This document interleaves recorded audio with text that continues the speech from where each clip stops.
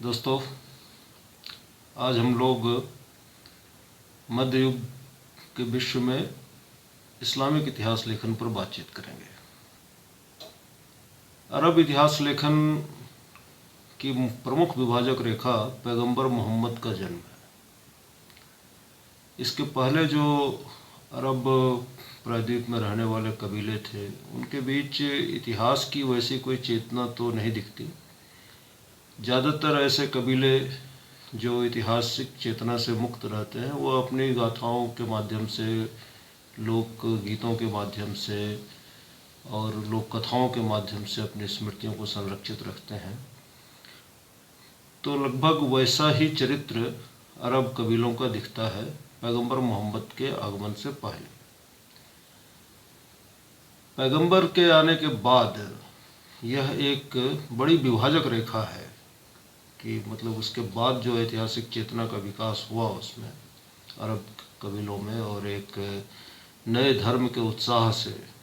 जिस तरीके से उन लोगों के इतिहास में दखल हुआ, और तवारीख जिसको हम कहते हैं, तवारीख का मतलब अरब में होता है तिथियों में ऐतिहासिक चीज़ों को दर्ज करना। दर्ज करने की पूरी प्रक्रिया तवारीख कहलाती है। तो ये शब्द बड़ा वजनी शब्द है इस्लामिक इतिहास लेखन में, तवारीख। और तवारीख में एक तरह की गति है, किस तरीके से वह तवारीख में दर्ज हो जाना। तो इतिहास की यह चेतना जो है अरब प्रायद्वीप में पैगंबर मोहम्मद के आने के बाद ही शुरू होती है। इसमें यह दिखता है कि अरब का परिचय इतिहास लेखन से कैसे हुआ, इस पर यदि हम बातचीत करें तो क्योंकि इतिहास लेखन की परंपरा तो यूनान में शुरू हो गई थी काफ़ी पहले, ईसा से लगभग 500 साल पहले हेरोडोटस, तुसिडाइज की परंपरा थी। उसके बाद टेसिटस और तमाम ऐसे इतिहासकार, पोलिबियस दिखाई देने लगते हैं। लेकिन अरबों का कोई सीधा परिचय इनसे हो इतिहास लेखन से, और इसलिए वो इतिहास लेखन में प्रवृत्त हुए हों, इसके प्रमाण भी नहीं मिलते। उनका इतिहास लेखन एक अलग तरीके से बढ़ रहा था, और अरबी भाषा, अरब का और एक धर्म जो इस्लाम के नाम से आया था, इन दोनों के समन्वय से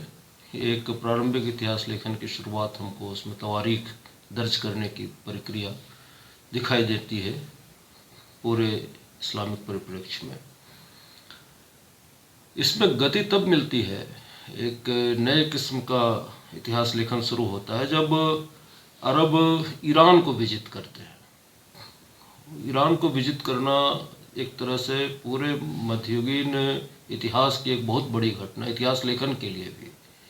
ऐतिहासिक घटना तो है ही, इतिहास लेखन के लिए भी एक बड़ी घटना है। क्योंकि ईरानी मस्तिष्क जो था वह उस समय की दुनिया का बेहतरीन मस्तिष्क था, और ईरान एक ऐसा क्षेत्र था जहाँ की यूनान से सीधे कई लोग, मतलब वहाँ राजनीतिक रूप से निष्कासित होकर के या ईरान से प्रभावित होकर के कई ऐसे लोग थे जो ईरान में रह रहे थे, यूनान के लोग, और वो लोग ईरान में इतिहास का एक वातावरण बना रहे थे। जो ईरान में उसमें ससानी वंश का शासन था, उसको हम लोग ससानी ईरान कह सकते हैं, कहते हैं। तो उसमें ऐतिहासिक चेतना के प्रमाण थे। और जब अरब आते हैं ईरान में तो बहुत एक अजीब प्रक्रिया होती है उस समय, क्योंकि अरब जो पूरा साम्राज्य था, जो इस्लामिक प्रभुत्व का जो साम्राज्य बन रहा था नया, वह अपनी भाषा को लेकर के बड़ा सचेत था। वो सारी अभिव्यक्ति, साहित्य की सारी अभिव्यक्ति, इतिहास की सारी अभिव्यक्ति अरबी में हो रही थी, और ईरान में फ़ारसी बोली जाती थी, और मस्तिष्क ईरान का था। तो एक नए किस्म का फ्यूजन पैदा हुआ इतिहास में कि श्रेष्ठ ईरानी मस्तिष्क और एक अरबी भाषा, इन दोनों के संयोग से एक नए किस्म का इतिहास लेखन का उदय हमको दिखाई देता है इसमें, जो कि ससाना ईरान जो कि इतिहास लेखन से परिचित था और एक तवारीख दर्ज करने के उत्साह से भरे हुए अरबी योद्धा थे, और जब ईरान विजित हुआ, अरबों का शासन हुआ, तो एक नए किस्म का उसमें एक नई प्रवृत्ति दिखाई देती है। इतिहास ससानी ईरान पर जब कब्जा करते हैं अरब लोग, तो उन तमाम चीज़ों पर, जो खजानों पर कब्जा होता है, जो उनके संसाधनों पर कब्जा होता है, उसमें एक बहुत महत्वपूर्ण किताब पर भी कब्जा किया जाता है। खुदाई नामक नाम की एक किताब थी और ये किताब भेजी गई अरब खलीफा के पास और उसको काफ़ी हिफाजत से रखा गया। और बाद में एक ईरानी व्यक्तित्व ने ही, जो कि अरबी जानता था, 8वीं सदी के आसपास लगभग इसने उसका अरबी में अनुवाद किया और अरब लोगों को ईरान के विस्तृत इतिहास का पता चला उस खुदाई नामक किताब से। तो उनको लगा कि हमने जिस प्रदेश पर कब्जा किया है उसका इतिहास कितना व्यापक है, कितना विस्तृत है। तो इससे अरबों में एक दूसरी किस्म की चेतना जन्म ली कि वह जिन प्रदेशों पर विजय प्राप्त करते थे, अब उनका इतिहास वो जानने के लिए उत्सुक हो गए थे, इस खुदाई नामक किताब के प्रभाव के कारण। जो इतिहास की किताब थी, जो ससानी ईरानियों ने लिखी थी फारसी में, इस्लाम से पूर्व, इस्लाम के संपर्क से पूर्व की किताब थी वो ईरानियों की। तो उसके बाद जो जिन प्रदेशों पर उन्होंने हमला किया, जिन प्रदेशों को विजित किया, उन सब के चीज़ों को, ब्यौरों को रखना, उन सब के ब्यौरों को रखना जैसे एक पूरे इस्लामिक के इतिहास लेखन की एक विशेषता बन गई। और उसके बाद जब अब्बासी साम्राज्य आता है वहाँ और अब्बासी खलीफाओं का पूरा युग होता है, उसने इस्लामिक इतिहास लेखन को एक बहुत गति दी। अब वह पूरा ईरान का मस्तिष्क भी मिल गया, अरब का पूरा वह जोश भी मिल गया। और सबसे बड़ी बात जो इतिहास के फायदे की हुई, क्योंकि इन सब का एक निश्चित समय था। यह समय को नापने का जो अलग अलग संवत चलते थे विभिन्न सभ्यताओं, विभिन्न संस्कृतियों में, जिसके कारण उन संवतों को किसी एक खास उसमें फिट कर पाना मुश्किल होता था कि अलग सभ्यताओं, संस्कृतियों में कैसे, किस तरह से तिथियों को नापा जाए। जैसे भारतीय इतिहास लेखन पर जब बातचीत करेंगे तो एक बड़ी समस्या हमको दिखाई देगी कि कौन शक संवत से गिना जाएगा, कौन हूण संवत से गिना जाएगा। इस तरीके की जो समस्याएं होती थी, इस्लामिक इतिहास लेखन में ऐसी किसी समस्या पर इन लोगों ने विजय प्राप्त कर ली, क्योंकि इनका समय जो था, हिजरत, जब पैगंबर मक्का से मदीना गए थे, वह जो पूरा समय था हिजरत, उसी हिजरी संवत को पूरे इस्लामिक साम्राज्य में उन्होंने एक तारीख के रूप में, एक ऐतिहासिक समय के रूप में, हिजरी संवत से पहले या हिजरी संवत से बाद, इस तरह जो एक इतिहास की बहुत बड़ी समस्या थी कि कैसे हम समय को समझेंगे, समय को कैसे लिपिबद्ध करेंगे, तो इस एक घटना ने और उसको मापक मानने ने इतिहास की बहुत बड़ी समस्या हल कर दी। और पूरा इस्लामिक इतिहास लेखन एक निश्चित कालक्रम और कालबद्धता में लिखा हुआ जैसे लगता है कि सुचिंतित इतिहास लेखन का एक नमूना बनता गया, जो कि पहले किसी भी सभ्यता के कालखंड में लिखा गया जो इतिहास था वह इतना व्यवस्थित नहीं था। और यह हैरानी की बात थी कि जो सभ्यता, अरब सभ्यता, इतिहास से इतनी अपरिचित थी, जहाँ इतिहास का कोई सूत्र नहीं था, उसने एक नए धर्म के उत्साह में और नई भाषा के बढ़ाने के प्रभाव में और गाजियों का जो उत्साह होता है, धर्म प्रचार करने का जो उत्साह होता है,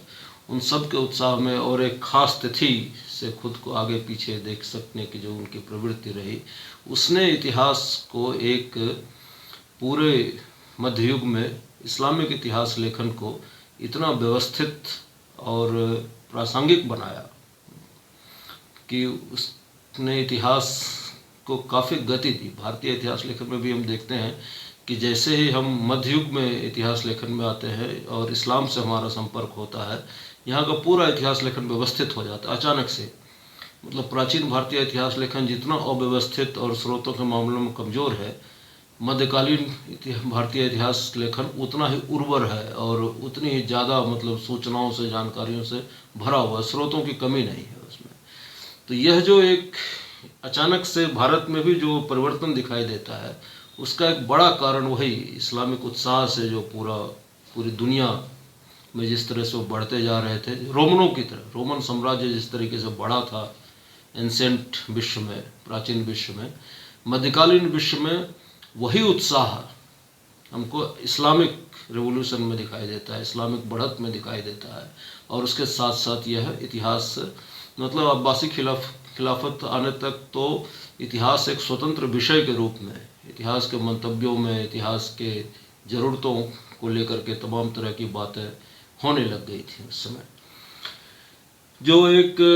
अब्बासी खलीफा के समय का जो पूरा समय है, उसमें यदि हम देखें कि किस तरह के इतिहास लेकर, तो सार्वभौमिक इतिहास की बात उस समय की जाने लगी थी पूरे विश्व के, क्योंकि वो उनको पूरे विश्व में फैलना था, विश्व के तमाम सभ्यताओं से उनका संपर्क हो गया था। तो एक सार्वभौमिक इतिहास लेखन की बात उस समय होने लगी थी। और मुस्लिम आधिपत्य वाले एकल देशों का इतिहास, जहाँ जहाँ मुस्लिम साम्राज्य फैल रहा था,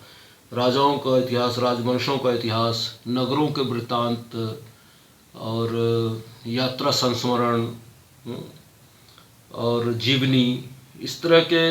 कई तरह की विधाएं जो इतिहास में हो सकती हैं, वह सब विपुल लेखन दिखाई देता है हमको इतिहास में। वह एक बहुत उर्वर समय इतिहास लेखन के हम लोग मान सकते हैं। और जैसे एक और हम लोग कोई दूसरा एपिसोड रखेंगे, कुछ प्रमुख इतिहासकारों पे बातचीत करेंगे, लेकिन यदि प्रारंभिक उस पर बात करें, जैसे तो मोहम्मद बिन इसाक, जो कि पैगंबर के अभियानों को दर्ज करने वाला पहला इतिहासकार माना जाता है। मोहम्मद बिन इसाक को, वो पैगंबर के साथ ही थे और बार बार पैगंबर के विजयों को वह लिपिबद्ध करते जा रहे थे, उन तमाम चीज़ों को। और उनकी एक किताब है history of conquest of Iraq, 8वीं-9वीं शताब्दी में। एक तरह से जैसे एक कैरेलियन स्वच्छंदतावाद या एक नवजागरण यूरोप में जो दिखाई दिया था बाद में, वो 8वीं-9वीं शताब्दी में वही दिखता है। उस समय इस्लामिक वर्ल्ड में एक नवजागरण जैसी स्थिति दिखती है, जिसमें इतिहास एक बहुत महत्वपूर्ण विषय के रूप में सामने आने लगता है। हारू अल रशीद, क्योंकि इनको ग्रेट हारू कहा जाता है, उन्होंने बहुत इतिहास में बहुत महत्वपूर्ण किताबें लिखी। उनकी एक किताब है अल मगाजी, जिसमें उन सारे अभियानों का विस्तार से वर्णन है, किस तरह से इस्लामिक लड़ाकों ने पूरे दुनिया के कई हिस्सों पर जो कब्जा किया और इस्लाम का प्रचार किया, पैगंबर के विचारों को प्रचार किया। तो अल मगाजी किताब जो है वह इस लिहाज से बहुत महत्वपूर्ण है। दरअसल इतिहास लेखन की जो दूसरी सबसे महत्वपूर्ण शर्त होती है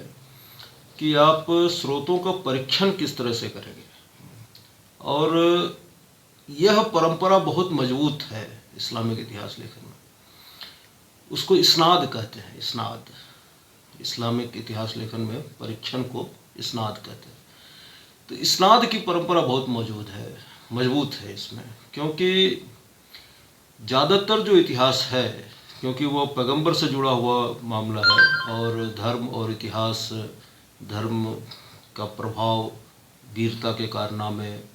और पैगंबर की बातें, वो सब इतिहास का हिस्सा है। तो उसमें कहीं गलती ना हो, पैगंबर से जुड़ा मामला है, इसलिए उसमें गलती की संभावना कम से कम हो।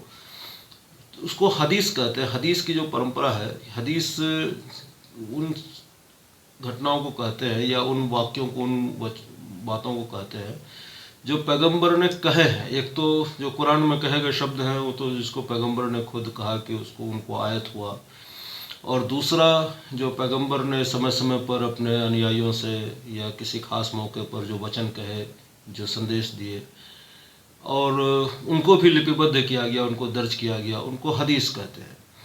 तो उन हदीसों की पूरी परंपरा को लिपिबद्ध करने से पहले उसकी तस्दीक कई स्रोतों से की गई थी कि वाकई पैगंबर ने ऐसा कहा था कि नहीं कहा था, तभी वह दर्ज किया जाएगा। तो इस्नाद की जो ये पूरी प्रक्रिया है कि उन स्रोतों का ठीक से परीक्षण हो, तभी वह लिपिबद्ध किया जाए, तभी वह दर्ज किया जाए, यह इतनी मजबूत प्रक्रिया रही, क्योंकि मामला पैगंबर से जुड़ा था, धर्म से जुड़ा था, इसलिए उसमें वो चूक नहीं कर सकते थे, उसमें गलती होने की संभावना बहुत कम थी। इसलिए वह जो बहुत बाद में जाकर के यूरोप में हुआ कि तर्क, मतलब तथ्यों का ठीक से परीक्षण किया जाए, लेकिन इस्लामिक वर्ल्ड में यह बहुत पहले हो गया था, इसलिए वह किसी की बात, कोई इतिहासकार कौन होगा, इतिहासकार का चरित्र क्या होगा, और यदि वह इतिहास के बारे में कोई महत्वपूर्ण सामग्री दे रहा है, कोई अपना संस्मरण बता रहा है, तो पहले उसका चरित्र क्या है, वह क्या सच्चा बोलने वाला है, वह क्या खुदा से डरने वाला है, वह क्या मतलब उसका कुल खानदान अच्छा है। क्योंकि वह यदि कुछ बात कह रहा है तो उसकी बात का वजन है कि नहीं है। कोई भी बात कोई भी आकर के कह रहा है तो वह स्रोत के रूप में इस्तेमाल नहीं किया जा सकता था। यह बात हम देखते हैं कि मध्यकालीन भारतीय इतिहास लेखन पर जब बात करेंगे तो अल-बरूनी के यहाँ या बदायूनी के यहाँ, उन तमाम लोगों में जो जिन लोगों को उन्होंने स्रोत के रूप में इतिहास में लिया है कि इनसे यह बात हमें पता चली है, उनके चरित्र के बारे में भी बहुत डिटेलिंग है। वह डिटेलिंग इसलिए है क्योंकि इस्नाद की प्रक्रिया जो है वह प्रारंभिक इस्लामिक इतिहास लेखन से ही बहुत मजबूत है कि आप स्रोतों का ठीक से परीक्षण करेंगे तभी उसको इतिहास में बुद्ध करेंगे। तो इस तरीके से जो एक मध्यकालीन विश्व का जो इतिहास है, जो कि यूरोपियन या ईसाइयत के इतिहास लेखन के प्रभाव के बाद जो एक नए किस्म का इतिहास लेखन, जो कि ईसाइयत ने भी काफ़ी इतिहास लेखन को मदद की अपनी अनिच्छा से ही सही, क्योंकि ईसाइयत जैसा कि हमने पहले के एपिसोड में बताया था कि उसमें धर्म का तत्व इतना ज़्यादा महत्वपूर्ण था और ईश्वरीय अवधारणा, ईश्वरीय चिंतन इतना महत्वपूर्ण था कि मनुष्य की किसी भी नियति को या मनुष्य के किसी भी कृतित्व को वह उसको ईश्वर की ही नियति या इच्छा मान करके स्वीकार करने की जो प्रवृत्ति थी, उसने मनुष्य को कर्ता रूप में देखने से इनकार किया या किसी भी घटना को किसी खास भौतिक संदर्भों में देखने की बजाय ईश्वरीय इच्छा के संदर्भ में देखने की कोशिश की।